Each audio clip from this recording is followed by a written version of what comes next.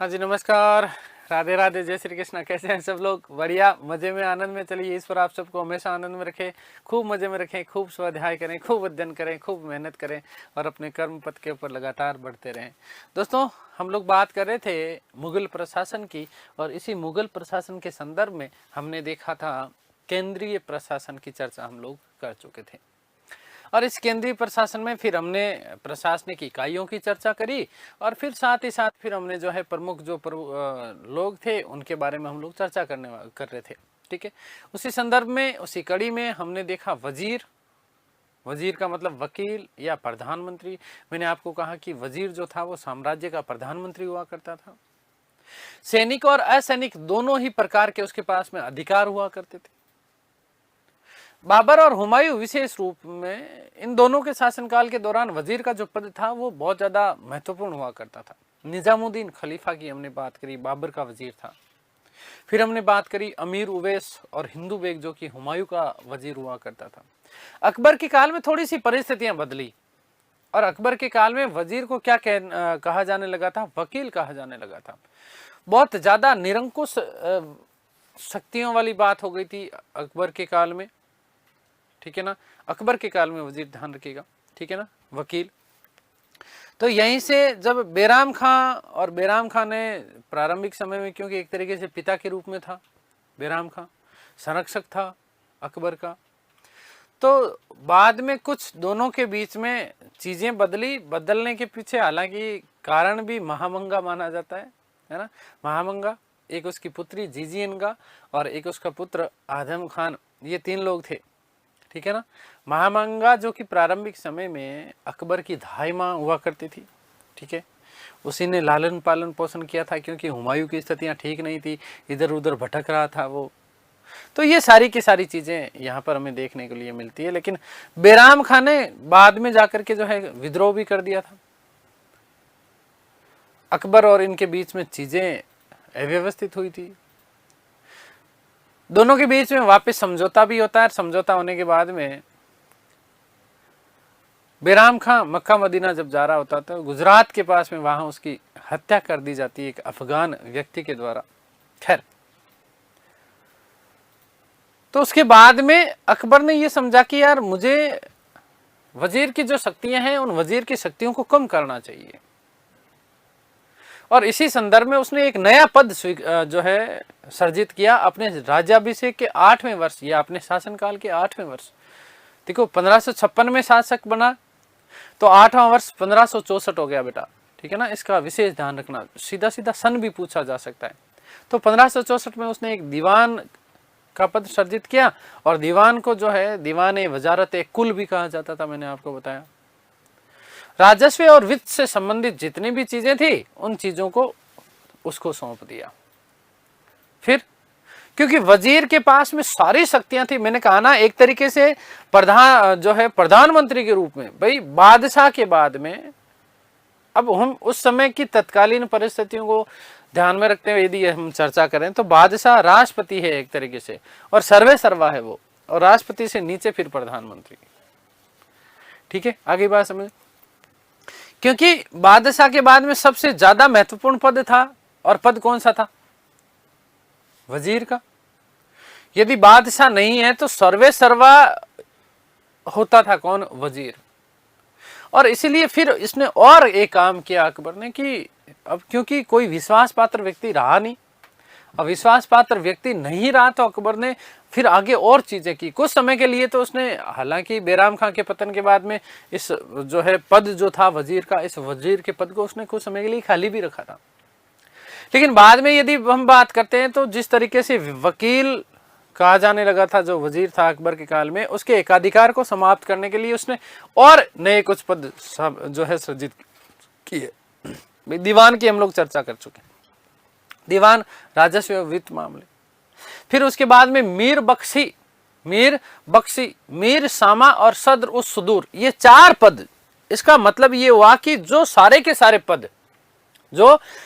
सारे पद एक ही व्यक्ति के पास में जो थे, एक ही व्यक्ति के पास में सारे अधिकार थे वजीर के पास में, उन अधिकारों को 4 दिशाओं में विभाजित कर दिया। आ गई बात समझ में? कितने भागों में विभाजित कर दिया? 4 भागों में विभाजित कर दिया भाई। दीवान बना दिया, मीरे सामा बना दिया, सदर सुदूर बना दिया। तो इस प्रकार से अलग अलग 4 भागों में जो है इसको विभाजित कर दिया गया। अब शक्तियों का विभाजन हो गया, तो इसका मतलब एक तो जो केंद्रीकृत जो शक्तियां थी वो केंद्रीकृत शक्तियां समाप्त होकर के अब विकेंद्रीकरण हो गया उनका, अलग अलग लोगों के पास में अलग अलग पावर्स चले गए। तो इस तरीके से धीरे धीरे इस चीज को उसने व्यवस्थित कर लिया, क्योंकि कई बार एक व्यक्ति के हाथ में सारी समस्त शक्तियां देना गड़बड़ वाला मामला हो जाता है। तो यही चीजें हो रही थी। एक चीज और मैंने आपको बताई कि मुगल काल में पहली व अंतिम महिला महामंगा, जो कि वजीर के पद पर रही है ना, प्रधानमंत्री के पद पर रही, ठीक है ना, बहुत शक्तिशाली महिला हुआ करती थी। खूब षड्यंत्र भी इसने रचे, है ना। तो बहुत सारी चीजें थी इस प्रकार से। अब ध्यान रखिएगा, पहला जो सबसे महत्वपूर्ण पद जो है अब हम बात करने वाले हैं, दीवान ए कुल।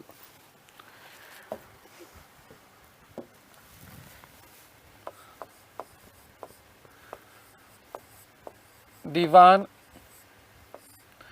ए कुल,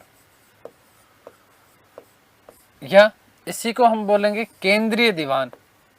क्या बोलेंगे? केंद्रीय दीवान। जैसे सूबों की हमने बात की थी, मैंने आपको बताया सूबाई दीवान। सूबों में कौन है? सूबाई दीवान। मतलब सूबे का मतलब प्रांत था, एक तरीके से राज्य।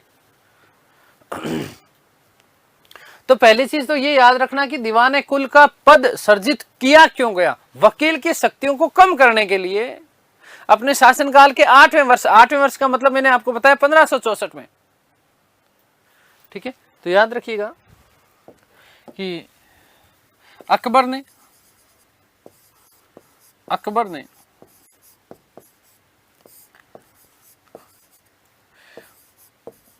वकील की शक्तियों को कम करने हेतु, वकील बोले तो प्रधानमंत्री, बोले तो वजीर,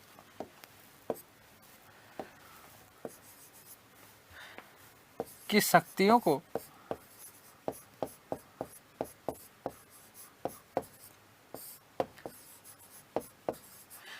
कम करने हेतु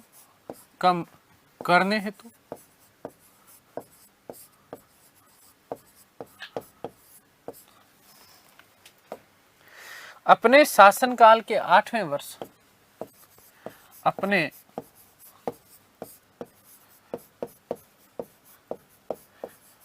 शासनकाल के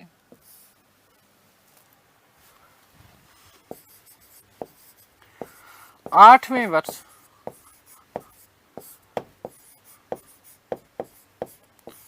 अर्थात 1564 ईस्वी में इस पद का सृजन किया।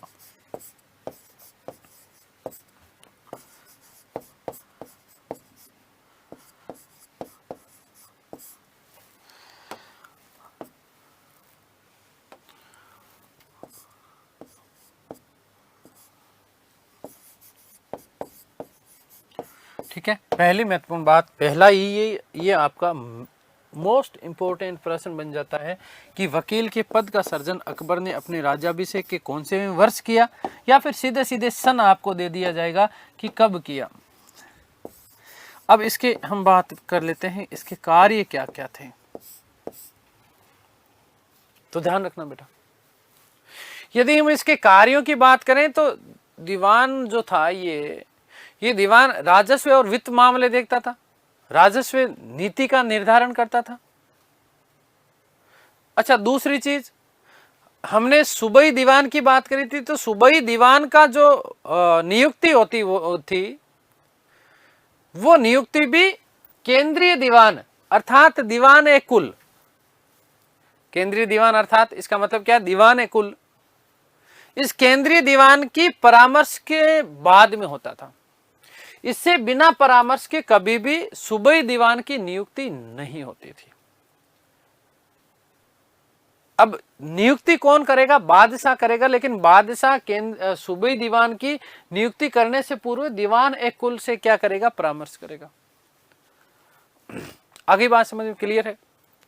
इसके अलावा क्या कि इसके अलावा कोई भी नियुक्ति हो, किसी का ट्रांसफर हो, किसी का प्रमोशन हो, ट्रांसफर बोले तो क्या, हस्तांतरण, प्रमोशन बोले तो क्या, पदोन्नति, ये सारे के सारे आदेश जो होते थे वो केंद्रीय दीवान के कार्यालय से जारी होते थे और उसके ऊपर सिग्नेचर, उसके ऊपर ठप्पा होता था। किसका होता था बेटा, ध्यान रखना, केंद्रीय दीवान का। किसका, केंद्रीय दीवान का। तो इसके प्रमुख कार्यों की यदि हम बात करें तो देखो ध्यान देना,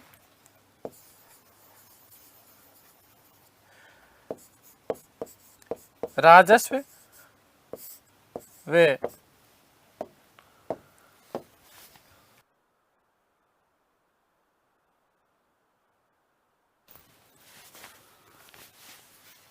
वित्त मामलों का प्रमुख होता था। साथ ही साथ याद रखना कि राजस्व नीति का निर्माण करता था। राजस्व नीति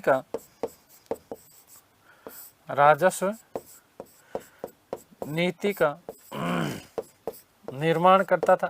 एक तरीके से इसका मतलब क्या है भाई, बजट, वर्तमान में जो बजट प्रस्तुत होता है उसमें राजस्व नीति का निर्धारण होता है ना। तो ठीक उसी प्रकार से अब देखो इस प्रश्न को लॉजिकल प्रश्न कैसे बन सकता है बेटा, ध्यान रखना कि वर्तमान का वित्त मंत्री मुगल काल में किस नाम से जाना जाता था, दीवान। किस नाम से, दीवान के नाम से। आगे बात समझ में, अगली बात, सूबाई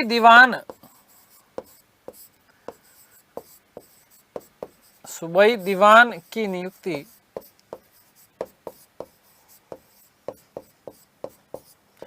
बादशाह द्वारा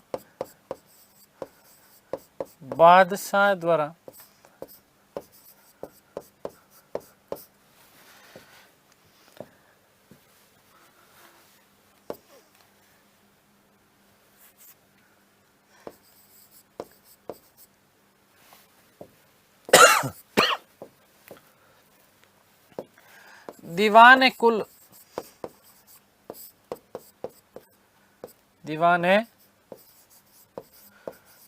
कुल के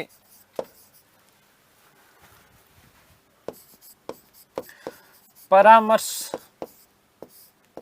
से ही की जाती थी।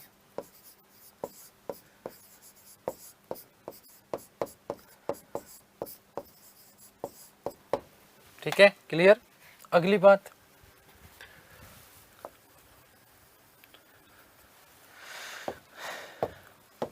कि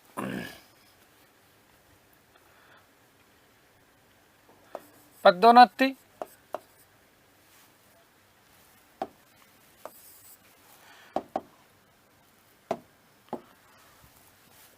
नई नियुक्तियां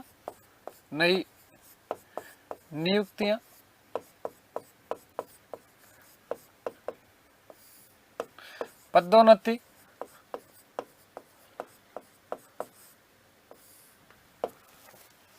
स्थानांतरण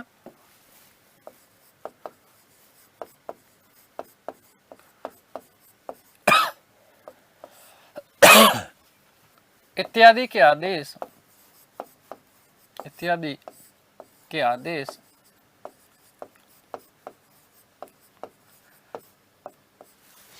दीवान एक कुल के कार्यालय से ही जारी होते थे। दीवान एक कुल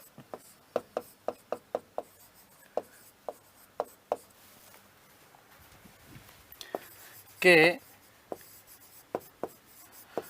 कार्यालय से ही जारी होते थे।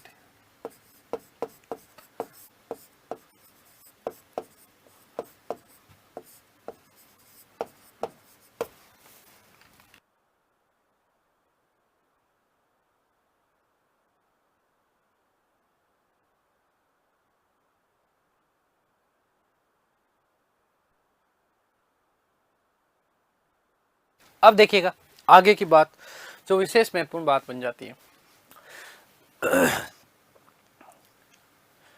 दीवान कुल और दीवाने कुल के मदद के लिए अन्य और भी कई दीवान नियुक्त होते थे भाई, क्योंकि राजस्व विभाग इतना बड़ा होता है, आप लोगों को पता है कि राजस्व में ही बहुत सारी चीजें होती है, जैसे वेतन भी देना पड़ेगा, कर्मचारियों की नियुक्ति भी करना पड़ेगा, जितने भी प्रकार की भूमियां हैं, विशेष रूप में खालसा भूमि का उल्लेख मिलता है। तो खालसा भूमि जो कि सरकारी भूमि थी, है ना, उसकी देख रेख करना, किसी व्यक्ति को कोई भूमि जागीर के रूप में दी जा रही है, इनाम के रूप में दी जा रही है, उसका ध्यान रखना, कारखाने वगैरह में वहां पर जहां पर उद्योग धंधे चल रहे हैं वहां उन चीजों का ध्यान रखना, रोजाना की जितने भी आमदनी हो रही है, जितना भी खर्चा हो रहा है, उन समस्त चीजों का ध्यान रखना। तो इन समस्त कार्यों को एक ही व्यक्ति के अधीन, अब एक व्यक्ति इतना कार्य तो नहीं ना कर पाएगा ना, कर पाएगा क्या? तो उसके लिए सहायक दीवान नियुक्त होते थे। ये जो शाही दीवान था, हम दीवाने कुल को क्या कह सकते हैं? शाही दीवान। क्या बोल सकते हैं बेटा? शाही दीवान, मतलब केंद्रीय दीवान या शाही दीवान एक ही बात है, देखो कंफ्यूजन मत करना। शाही दीवान या केंद्रीय दीवान एक ही बात है, ठीक है। तो अकेला काम इतने सारे काम कैसे करेगा? तो इसकी सहायता के लिए और भी अन्य दीवानों की नियुक्ति होती थी, जैसे हम बात करें थे। अब दीवान तो शब्द साथ में लगेगा ही लगेगा, ठीक है। जैसे मैं अभी बताऊंगा आपको दीवान ए तन, क्या बताऊंगा? दीवान ए तन, तन का मतलब क्या, वो भी समझाने वाला हूं। दीवान ए तन महत्वपूर्ण बनता है। कर्मचारियों को वेतन बांटने का कार्य किसके द्वारा किया जाता था? दीवान ए तन के द्वारा। तन से याद रखना वेतन, तन से याद क्या रखोगे? वेतन। जैसे मैं बात करूंगा दीवाने बयूतात, दीवाने बयूतात, तो आपको मैं इसका ट्रिक बताने वाला हूं। दीवाने बयूतात कैसे? कि आपको बातें करनी है कारखाने में बैठकर, बयूतात बातें, है ना, बयूतात से बयूतात करना, बात करना, है ना। तो याद रखना कि कारखाने में बैठ करके बात करनी। कारखाने में बैठ करके बात करने का मतलब क्या है? कि राज्य के जो कारखाने होते थे उन कारखानों पर नियुक्ति करता था कौन? दीवाने बयूतात, जो कि वस्तुतः मीर सामा के अधीन हुआ करता था। घरेलू मामलों का जो प्रधान होता था, जिसे मीर सामा कहा जाता था, उसके अधीन होता था वस्तुतः। दीवाने वाकयात, वाकया, वाकया का मतलब क्या होता है? घटना। वाकया का मतलब क्या है? घटना। और घटना रोजाना की जो घटना होगी, है ना। अब घटना में क्या, रोजाना की क्या, किस कौन सी घटनाएं, कि आमदनी कितनी हुई, खर्चा कितना हुआ, तो उसको क्या कहा जाता था? दीवाने बयूतात। ऐसा व्यक्ति, ऐसा दीवान, जो दीवान शाही दीवान का सहायक होता था, क्या बोलते थे? दीवाने बयूतात। दीवाने बयूतात। दीवाने बयूतात का मतलब क्या? कि रोजाना की आमदनी व खर्चे का हिसाब रखने वाला व्यक्ति क्या कहलाता था? दीवाने बयूतात कहलाता था। दीवाने खालसा, खालसा भूमि, कौन सी भूमि? खालसा भूमि। मतलब खालसा भूमि का मतलब था सरकारी भूमि। इस सरकारी भूमि की देख रेख करने वाला, वहां से जो राजस्व प्राप्त हो रहा है, उस पर कितना क्या खर्चा हो रहा है, ये सारी की सारी चीजें, इनका देख रेख करने वाला व्यक्ति क्या कहलाता था? दीवाने खालसा कहलाता था। आपने खालसा भूमि सुना होगा वस्तुतः विशेष रूप में, जैसे अपन अलग अलग क्षेत्रों में अलग अलग नाम प्रयुक्त होते हैं खालसा भूमि के लिए। जैसे अंगोचर बोलते हैं, अंगोर बोलते हैं, है ना, गौचर बोलते हैं। खालसा भूमि का प्रयोग भाग था, ठीक है। बाहर की जो क्षेत्र के गांव से बाहर की जो भूमियां होती थी, खालसा भूमि होती थी, सरकारी भूमि, है ना। मुगल काल से ये सब चला आ रहा है, खालसा भूमि। दीवाने जागीर, जागीर और इनाम भूमि जो होती थी, इनाम भूमि को सयूरगल कहा जाता था। इस इनाम भूमि की देख रेख करने वाला व्यक्ति क्या कहलाता था? दीवाने जागीर कहलाता था। तो इस प्रकार से देखो कि दीवान ए कुल, दीवान ए कुल अर्थात एक तो केंद्रीय दीवान, केंद्रीय दीवान, या फिर हम बोल सकते हैं इसको शाही दीवान, शाही दीवान की सहायता हेतु की सहायता हेतु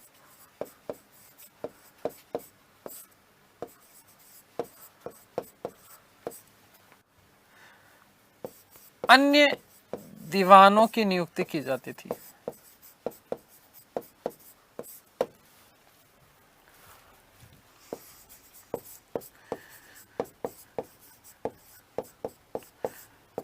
जैसे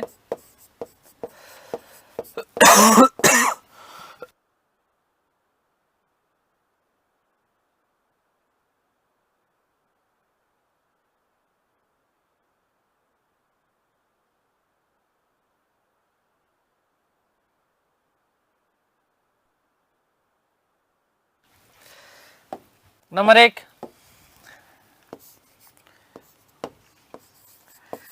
दीवान ए तन। देखो याद रखना, कैसे याद रखोगे? दीवान ए तन, दीवान ए तन, तन से याद रखना वेतन। तन से क्या याद रखोगे? वेतन। मतलब कर्मचारियों को वेतन बांटने का जो कार्य करता था वो क्या कहलाता था? दीवान ए तन। कर्मचारियों को, अब इसमें भी कुछ विशेष टर्म्स एंड कंडीशन अप्लाइड थी, अभी बताऊंगा। युद्ध काल के दौरान अलग व्यक्ति, मीर बख्शी है ना, उसके हस्ताक्षर होते थे युद्ध काल के दौरान, और एक पत्र जारी होता था जिसे सरखत कहा जाता था, अभी बात करेंगे। खैर, कर्मचारियों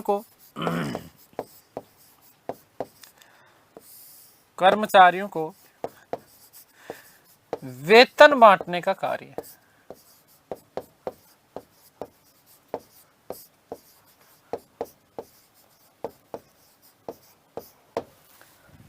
नंबर 2, दीवान ए बयूतात। दीवान ए बयूतात, बयूतात से याद रखना, देखो बीच वाला तो खजाना यू और ता, और बात बना लेना इसको। क्या बना लोगे? बात। तो मतलब क्या? राज्य के कारखानों पर नियुक्ति करता था, है ना।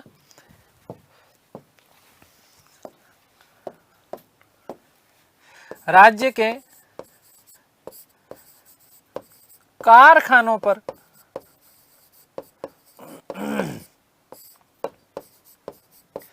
कर्मचारियों की नियुक्ति।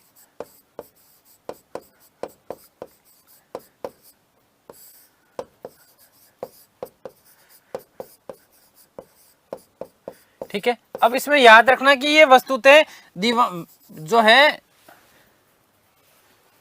मीर सामा के अधीन हुआ करता था। किसके अधीन हुआ करता था? मीर सामा। मीर सामा, अभी हम बात करेंगे। सामा से सामान, है ना, घरेलू सामान। तो यह मीर सामा के अधीन हुआ करता था।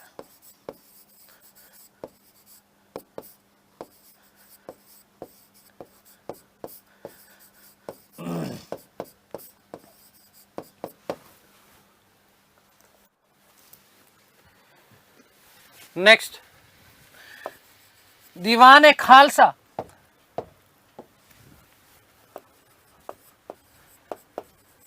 दीवान ए खालसा। खालसा भूमि, मतलब खालसा भूमि बेटा कौन सी? सरकारी भूमि। खालसा भूमि मतलब क्या है? सरकारी भूमि।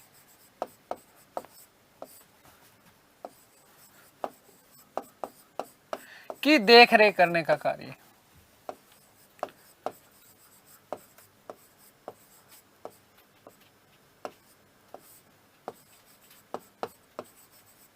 अब देखो, आप लोगों के दिमाग में आ रहा होगा एक प्रश्न, नहीं आ रहा तो मेरे तो आ ही रहा है, मैं तो आपको बता ही दूंगा। भाई आपके दिमाग में आ रहा तो बहुत अच्छी बात है, नहीं आ रहा तो मैं हूं ना, मेरे दिमाग में आ जाएगा, मैं प्रश्न बना लूंगा और मैं जवाब दे दूंगा ताकि कोई संशय रहे नहीं।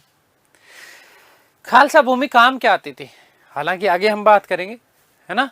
खालसा भूमि काम आती थी जागीर के रूप में। मनसबदारी व्यवस्था की आगे हम लोग बात करेंगे, ठीक है। तो जागीर के रूप में दे दी जाती थी क्या? खालसा भूमि। आगे बात समझ क्लियर है ना। सरकारी भूमि होती थी, रिजर्व भूमि होती थी, किसी को जागीर देना तो उसका कुछ भाग दे देते थे कि वो वाला हिस्सा भाई तू रख ले। एक ही जगह नहीं होती थी, हर अलग अलग क्षेत्रों में अलग अलग होती थी। ठीक है, तो ये आपकी क्या हो गई, खालसा भूमि। खालसा भूमि का मतलब क्या है, सरकारी भूमि। इसकी देख रेख का कार्य करने वाला व्यक्ति क्या कहलाता था, दीवान ए खालसा। दीवान ए खालसा। नेक्स्ट बात करें दीवान ए जागीर।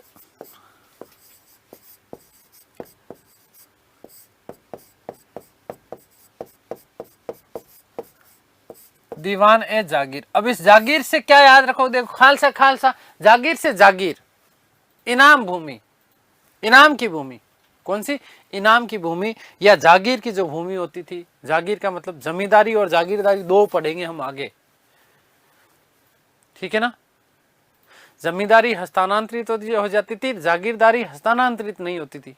आगे बात करेंगे हम, ठीक है। भूमियों का जब प्रकार की बात करेंगे तब मध्यकालीन भारत की अर्थव्यवस्था, मुगलकालीन भारत की अर्थव्यवस्था, उसमें हम लोग चर्चा करेंगे। तो याद रखना, जागीर से जागीर याद रखना क्या, कि जागीर व इनाम की भूमि, इनाम की भूमि को सयूरगल कहा जाता था। मदद ए मास, आगे हम बात करेंगे एक शब्द मदद ए मास, ठीक है, तो आगे बात करेंगे, ठीक है। तो याद रखना कि जागीर भूमि और इनाम की भूमि जिसे सयूरगुल कहा जाता था, उसकी देख रेख जो करता था वो क्या कहलाता था, दीवाने जागीर। जागीर भूमि, जागीर भूमि व इनाम भूमि, इनाम भूमि, इसको क्या कहा जाता था, सयूरगल।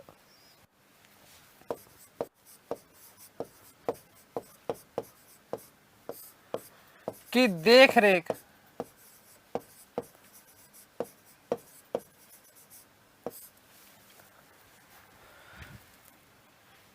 ठीक है।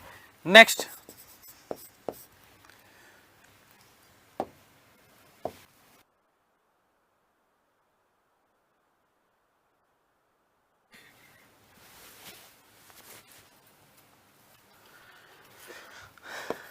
दीवान ए वाकियात, दीवान ए वाकियात।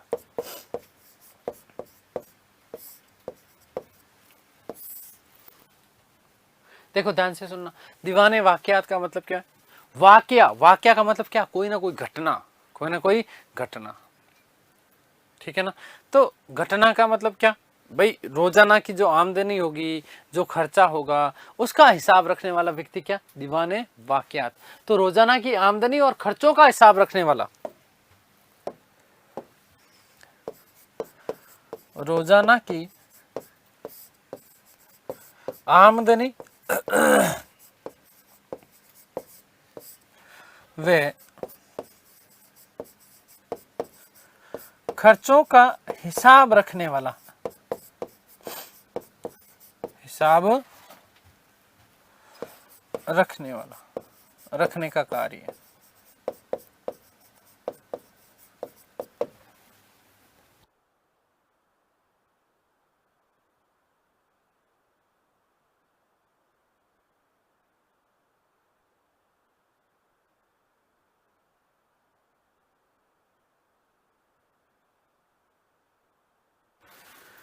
चलिए, तो ये देखो कुछ विशेष याद रखना।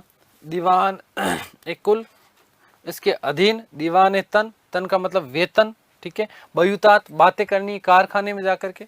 फिर हमने बात करी किसकी, दीवान खालसा, खालसा भूमि, ठीक है, सरकारी भूमि, इसकी देखरेख करने वाला व्यक्ति। दीवान जागीर, जागीर भूमि और इनाम भूमि की देखरेख करने वाला, इनाम भूमि को सयूरगल भी कहा जाता था। दीवान वाकयात, रोजाना की आमदनी और खर्चों का हिसाब रखने वाला व्यक्ति क्या कहलाता था, दीवान वाकयात कहलाता था। इसके अलावा मोस्ट इंपॉर्टेंट याद रखना बेटा, मुसरिफ ए खजाना। क्या शब्द, मुसरिफ ए खजाना। खजाना का मतलब क्या भाई, पैसा, है ना, जहां पर पैसा आएगा। मुख्य जो खजांची होता था केंद्र में, उसे क्या कहा जाता था, मुसरिफ ए खजाना। क्या कहा जाता था, मुसरिफ ए खजाना। फिर एक शब्द और मिलता है मुस्तौफी, मोस्ट इंपोर्टेंट शब्द बनता है जहां से आपका प्रश्न पूछा जा सकता है। मुस्तौफी क्या होता था? लेखा परीक्षक। क्या चीज? लेखा परीक्षक। लेखा परीक्षक का मतलब क्या? वर्तमान ऑडिटर जनरल की जैसे हम बात करते हैं ना, क्या चीज? Auditor general. ठीक उसी प्रकार से कौन होता था? मुस्तौफी होता था। कौन होता था? मुस्तौफी। तोफी, टॉफी, टॉफी, है ना, टॉफी देना, चॉकलेट देकर के सारी चीजें पूछ लेना, बेटा ये कहाँ पे खर्च किया बता, है ना। टॉफी से क्या याद रखोगे कि टॉफी देकर के सबको पूछ लेता था, बता ये खर्च कहाँ पर किया, अच्छा इसमें तूने गड़बड़ की है क्या, नहीं की ना, नहीं। मुस्तौफी, मोस्ट इंपोर्टेंट प्रश्न बनता है आपका मुस्तौफी से। मुगल साम्राज्य का ऑडिटर जनरल, है ना, लेखा परीक्षक जिसे कहा जाता था, मुस्तौफी। क्या चीज? मुस्तौफी। तो देखिएगा,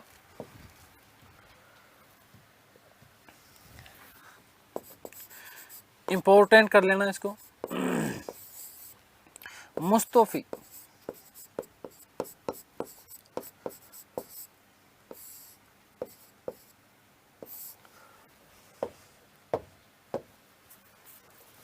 लेखा परीक्षक, लेखा परीक्षक।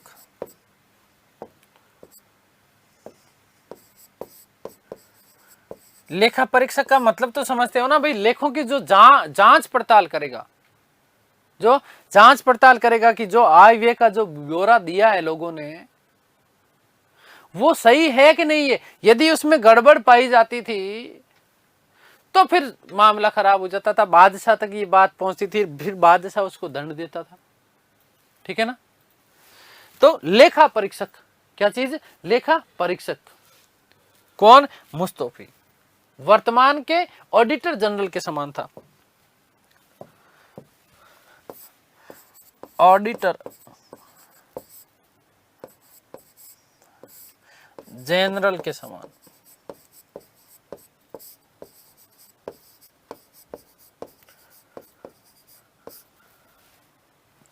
ठीक है, जो ऑडिट करता है, ऑडिटर। ठीक है ना, अगली बात समझ क्लियर है। एक याद रखना, मुशरिफ एक खजाना। मुशरिफ एक खजाना मतलब क्या? खजाना से याद रखिए मुख्य खजांची।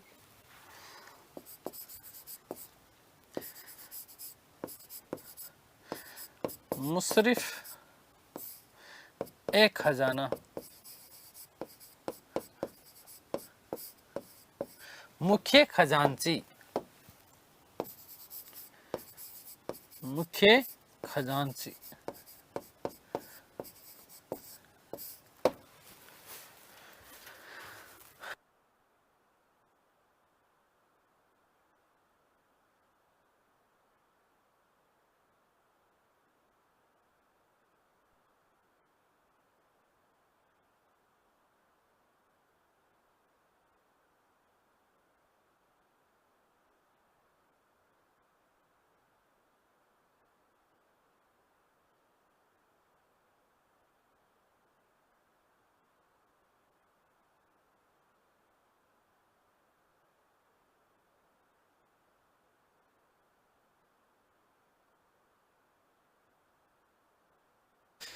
तो ये दीवान की हमने बात कर ली। देखो, बादशाह जब नहीं होता था या फिर हम दीवान की बात करें तो एक तरीके से वकील के जो अधिकार थे ना वो धीरे धीरे किसने ग्रहण कर लिए थे?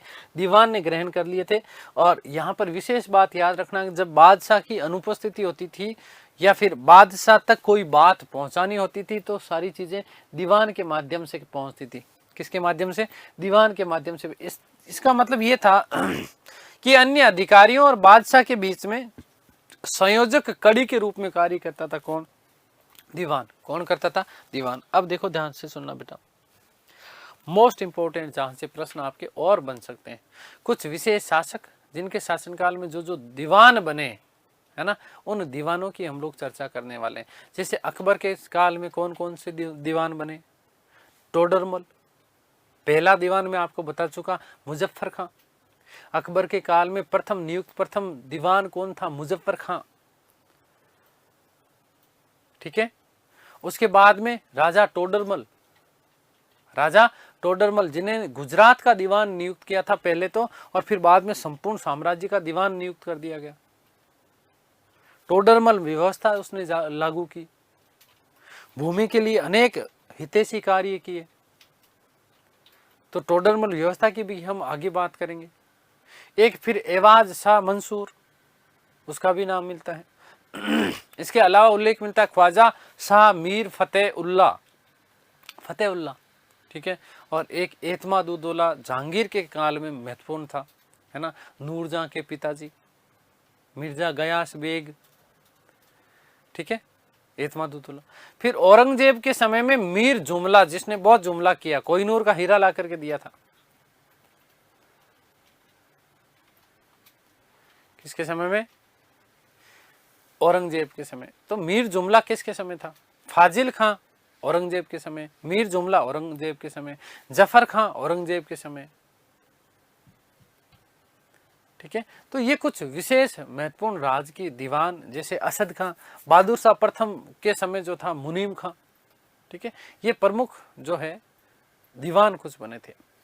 अब यहां पर एक प्रश्न और पूछा जा सकता है कि सबसे लंबे समय तक दीवान के पद पर नियुक्त रहने वाला व्यक्ति कौन था? असद खां।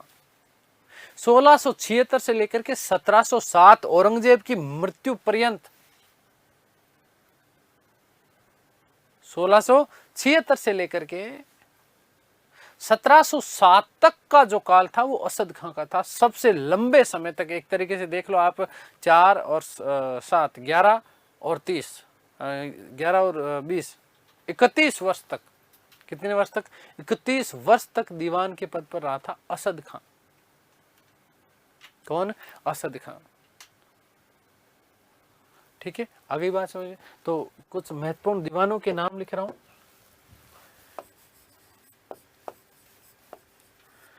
महत्वपूर्ण दीवान,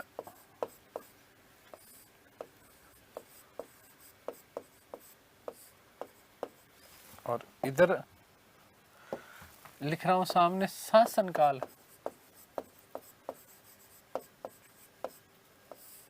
ठीक है।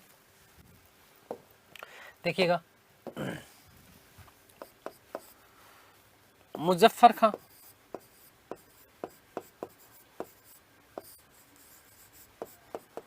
ध्यान रखना प्रथम दीवान था ये, प्रथम दीवान, ठीक है। टोडरमल जी, कौन है? टोडरमल।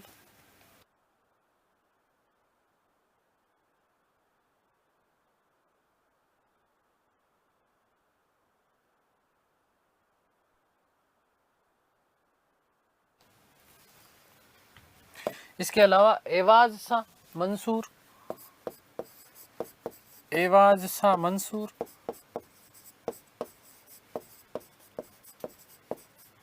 ठीक है।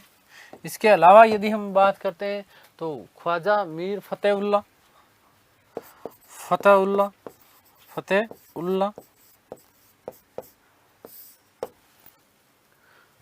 ठीक है। ये सारे के सारे जो लोग थे, ये किसके शासनकाल के दौरान रहे? अकबर के काल में, ठीक है। नेक्स्ट, नंबर 2 पे अपन आ जाते हैं एतमादुद्दौला, एतमादुद्दौला, ठीक है।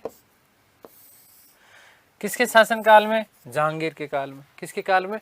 जहांगीर के काल में, क्योंकि जहांगीर में तो काल में तो जो नूर कहेगी वही करेगा। कौन है? जहांगीर। नूरजहां के पिता थे, नूरजहां के पिता थे, तो जो जैसा नूरजहां चाहती थी वैसा ही करता था। कौन? जहांगीर। इवन जहांगीर ने तो अपनी राज की मोहर तक नूरजहां को दे दिया था। तू ही चला शासन, बस मुझे एक प्याला शराब का दे दे, मुझे एक प्याला शराब का दे दे, और तू जैसा चाहती है वैसा कर। है नूर, एक प्याला शराब पिला दे, ठीक है। तो इसलिए आगे जब हम सिक्कों की बात करेंगे तो सिक्कों के नाम में भी नूरे अफसा, नूरे जहां, ठीक है। और साथ ही साथ मैं आपको बताऊंगा कि नूर को शराब का प्याला लिए हुए और जहांगीर को जो है पिलाते हुए दिखाया गया, ठीक है। तो याद रखना एतमादुद्दौला, क्योंकि उसका पिता था किसका? नूरजहां का। और एतमादुद्दौला का मकबरा और विशेष महत्वपूर्ण बन जाता है, क्योंकि पहली बार उसमें एक तो सफेद संगमरमर का प्रयोग किया गया, दूसरा पितरादूरों का प्रयोग किया गया था एतमादुद्दौला के मकबरे में। ठीक है, तो याद रखना कि एतमादुद्दौला किसके समय में? जहांगीर के समय में। किसके समय में?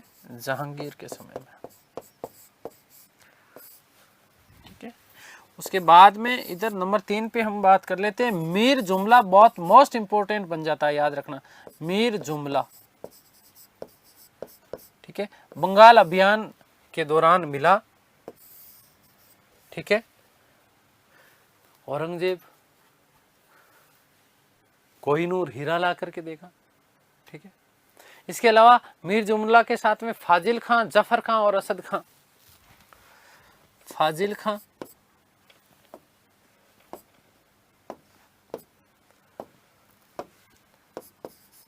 फाजिल खां,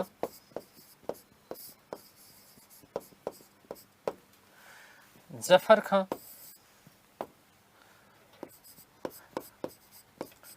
जफर खां, वे असद खां,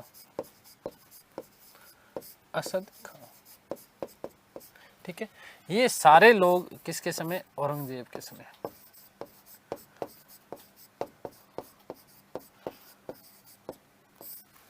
विशेष बात क्या बन जाती है बेटा, याद रखना है कि सबसे ज्यादा लंबे समय तक के लिए, सबसे लंबे समय के लिए कौन रहा?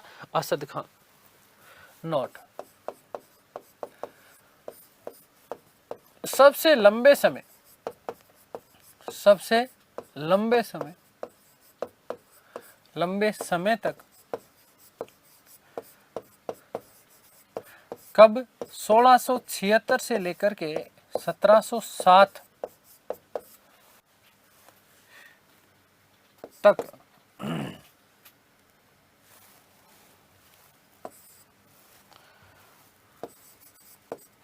असद खां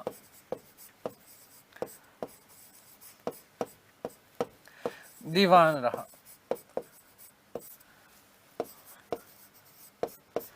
ठीक है,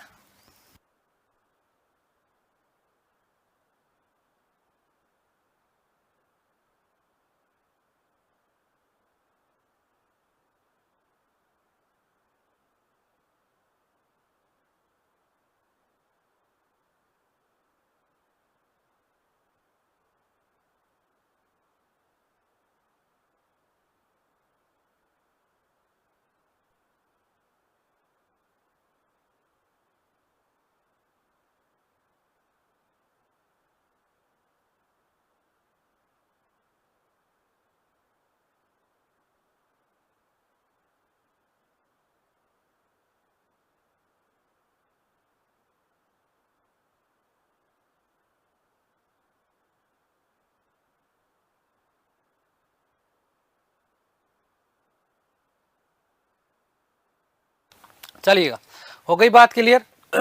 तो ये बातें आपको विशेष रूप से ध्यान रखनी है। अगली जो हम बात करने वाले हैं वो बात करने वाले मीर बख्शी।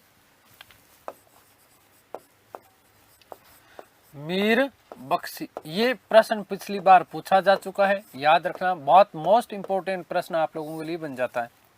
मीर बख्शी, मीर बख्शी किसी को नहीं बख्शता था, और कौन नहीं बख्शेगा? जो सैनिक होगा वो।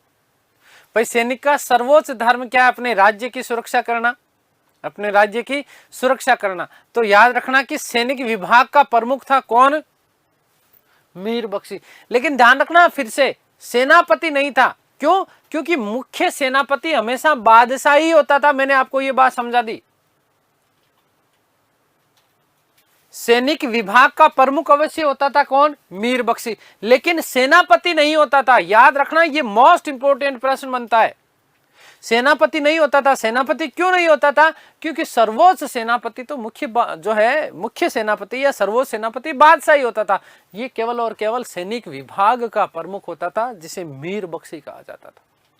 इसके कार्यों की यदि हम लोग चर्चा करें तो कार्यों में याद रखना, एक तो सैनिकों की भर्ती करना, सैनिकों की भर्ती करना। फिर दूसरी चीज क्या? उनकी हुलिया रखना। हुलिया रखने से मतलब क्या है? भाई मैं हूं, मान लो मैं मीर बख्शी के पास में सेना में भर्ती होने के लिए आया, भर्ती कर लेगा, लेकिन मेरा हुलिया रखेगा। हुलिया रखने का मतलब मेरे शरीर पर कोई विशेष चिन्ह हो, जैसे मेरा नाक टेढ़ा हो, ठीक है, बेंगा हो, कान मोटे मोटे हो। कल्पना कर रहे हो ना, कर दो कि सर कैसे लगेंगे, ठीक है। चश्मा लगा हुआ है ना, मतलब मेरी कुछ बनावट, शरीर शारीरिक बनावट के आधार पर कि कभी भी पहचाना जा सके, क्योंकि पुराने जमाने में भाई और तो कोई साधन था नहीं, कोई भी दूसरा शत्रु का सैनिक आकर के खड़ा हो जाता था वेश बदल करके।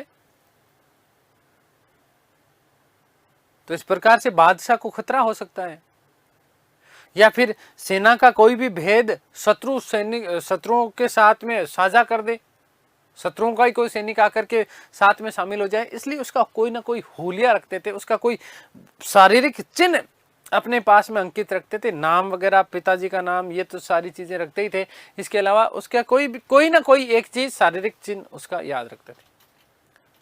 आगे बात समझिए। दूसरी, भाई सैनिकों को रसद आपूर्ति और हथियार आपूर्ति, ये कार्य करना भी, और सैनिकों को अनुशासन में रखना, ये भी कार्य कौन करता था? मीर बख्शी करता था। मोस्ट इंपोर्टेंट बात बेटा, जब मैंने आपको दीवाने तन बात कही, तब मैंने आपको कहा कि युद्ध के दौरान सेना को वेतन बांटने का कार्य दीवाने तन नहीं करता था। कौन करता था? मीर बख्शी करता था। जबकि साधारण समय में कार्य कौन करता था? दीवाने तन। और इस समय जब युद्ध चल रहा है या फिर सेना को वेतन देना है, तो उस समय मीर बख्शी के एक विशेष पत्र के ऊपर क्या होता था? हस्ताक्षर होता था। और इस हस्ताक्षर को जो इस पत्र जो है, इस पत्र को सरखत कहा जाता था। सरखत, ठीक है ना? क्या चीज कहा जाता था? सरखत। कई बार इसे मनसबदारी व्यवस्था का संचालन करने का कार्य भी दे दिया जाता था। किसके द्वारा? बादशाह के द्वारा। किसके द्वारा? बादशाह के द्वारा। ये भी बात आप विशेष रूप से ध्यान रखना।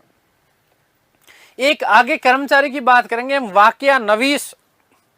क्या चीज? वाक्या नवीस। वाक्या नवीस कौन है?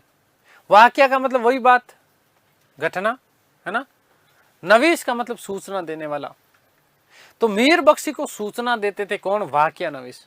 कौन देते थे? वाक्या नवीस सूचना देते थे कि कहां कहां पर क्या क्या चीजें चल रही है। ये सारी की सारी सूचनाएं कौन देता था? वाक्या नवीस देता था। किसको देता था? मीर बख्शी को देता था। किसको? मीर बख्शी को। तो देखिएगा,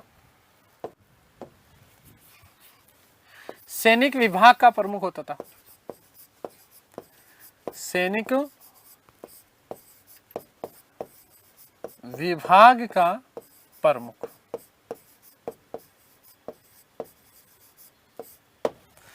नोट लगा के लिख रहा हूं, देखो नोट।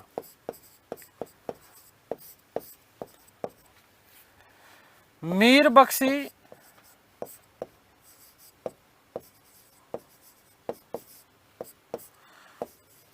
सेनापति नहीं होता था। सेनापति नहीं होता था।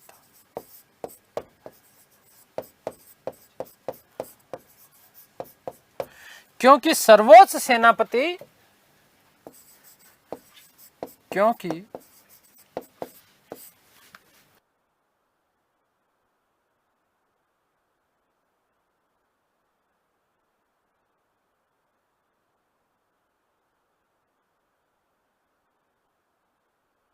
सर्वोच्च सेनापति बादशाह होता था।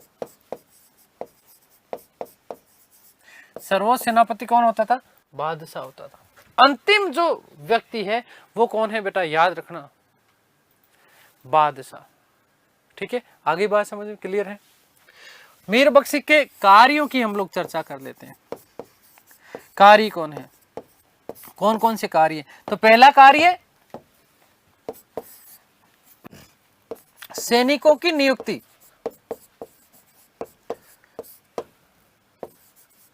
सैनिकों की नियुक्ति करने का कार्य किसके द्वारा किया जाता था? मीर बख्शी के द्वारा। दूसरा, सैनिकों का हुलिया रखना। मैंने आपको बताया सैनिकों का हुलिया रखने का मतलब क्या? सैनिकों का हुलिया रखना।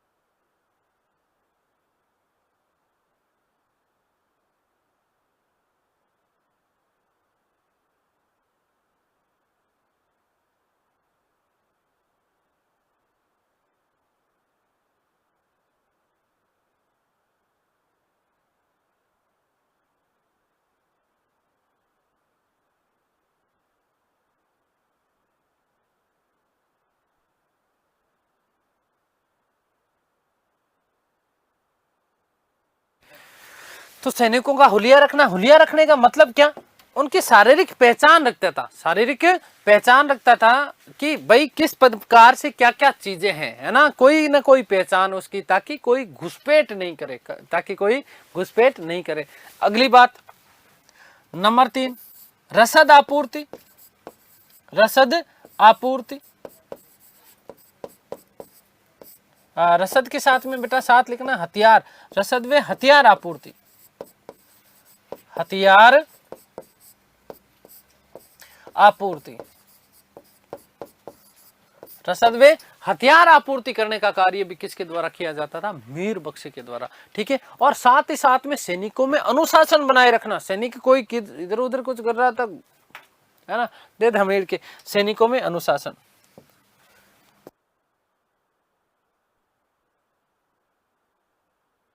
अनुशासन, वे अनुशासन बनाए रखने का कार्य भी कौन करता था, मीर बख्शी करता था। मोस्ट इंपोर्टेंट बात बेटा याद रखना कि युद्ध काल के दौरान, इंपोर्टेंट कर लेना इसको, मोस्ट इंपोर्टेंट है ये, युद्ध काल के दौरान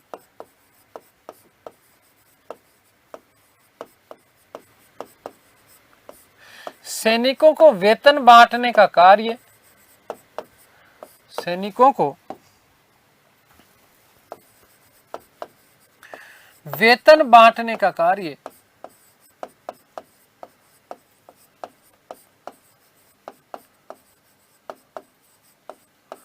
मीर बख्शी के द्वारा ही किया जाता था, मीर बख्शी के द्वारा ही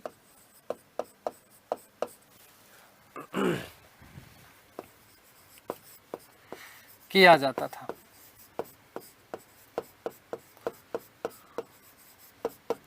जबकि याद रखना साधारण समय में, है ना, युद्ध के अलावा, ठीक है ना, याद रखना ये मोस्ट इंपोर्टेंट प्रश्न बनता है आपका यहाँ से, युद्ध के अलावा जो साधारण समय होता था, इस साधारण समय में ये कार्य दीवाने तन के द्वारा किया जाता था। आगे बात समझ में क्लियर है ना।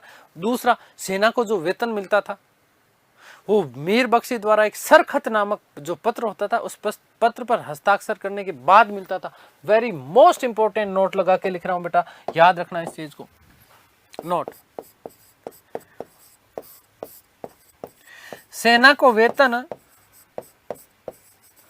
सेना को वेतन मीर बख्शी द्वारा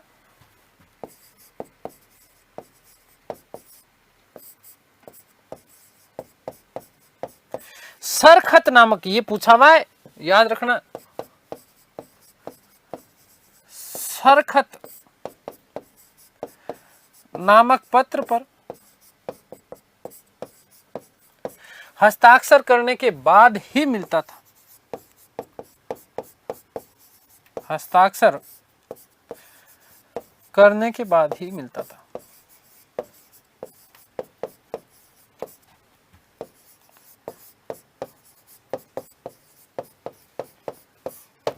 और अगली बात कि मीर ए बख्शी या मीर बख्शी मनसबदारी व्यवस्था का संचालन भी करता था। मनसबदारी व्यवस्था का संचालन, व्यवस्था का संचालन भी करता था।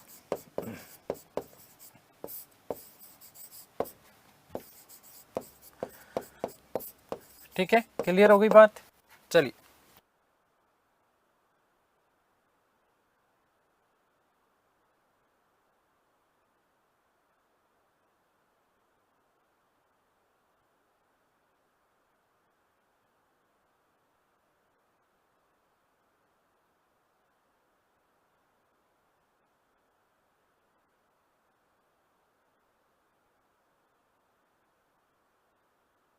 आगे बात समझ। तो ये तो महत्वपूर्ण इसके कार्य। इसके अलावा क्या, एक मैंने आपको बताया वाक्यानविश, जो कि रोजाना की जो सूचनाएं होती थी, रोजाना की जो घटनाएं होती थी, उन घटनाओं का जो है लेखा जोखा रखने वाला एक तरीके से व्यक्ति है ना, उन घटनाओं की सूचना मीर बख्शी को दी जाती थी, कहीं कोई षड्यंत्र तो नहीं हो रहा है। और सबसे महत्वपूर्ण बात, एक और बात याद रखना बेटा, कि जो शाही महल होता था, उस शाही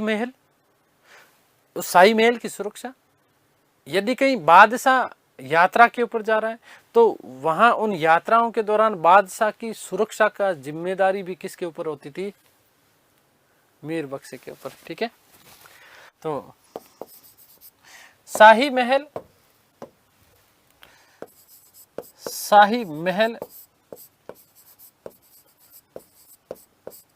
वे यात्राओं के दौरान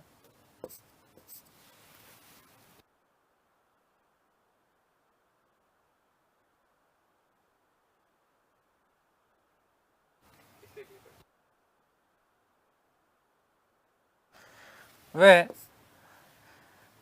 यात्राओं के दौरान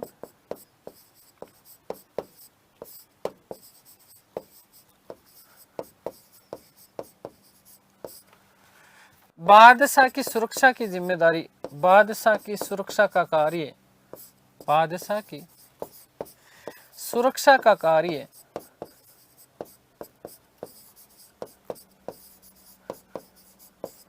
भी मीर बख्शी द्वारा देखा जाता था।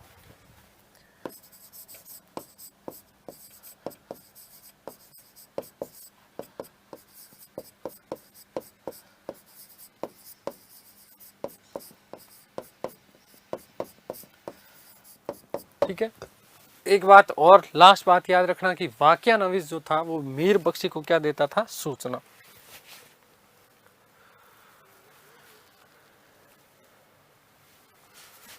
यहीं पर लिख रहा हूं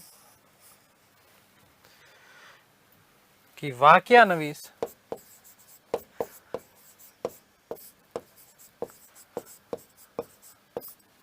मीर बख्शी को सूचना देते थे।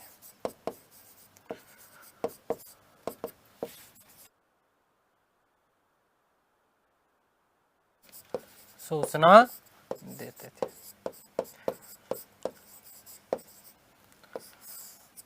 ठीक है,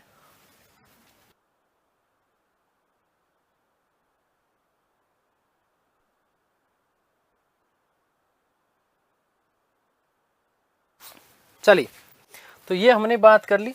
देखो, दीवान की बात कर ली, मीर बख्शी की बात कर ली। यहाँ से आपके प्रश्न आते हैं, 100% आते हैं। थोड़ा सा जानबूझ करके मैं प्रयास कर रहा हूँ एक एक चीज़, क्योंकि शब्दावली थोड़ी सी डिफिकल्ट है इसकी, है ना। तो मेरा यही प्रयास है कि आपको एक एक चीज़ समझा करके, बहुत अच्छे से दिमाग में बिठा करके आपको एक एक चीज़ पढ़ाई जाए। अगली क्लास में हम बात करेंगे मीर सामा की।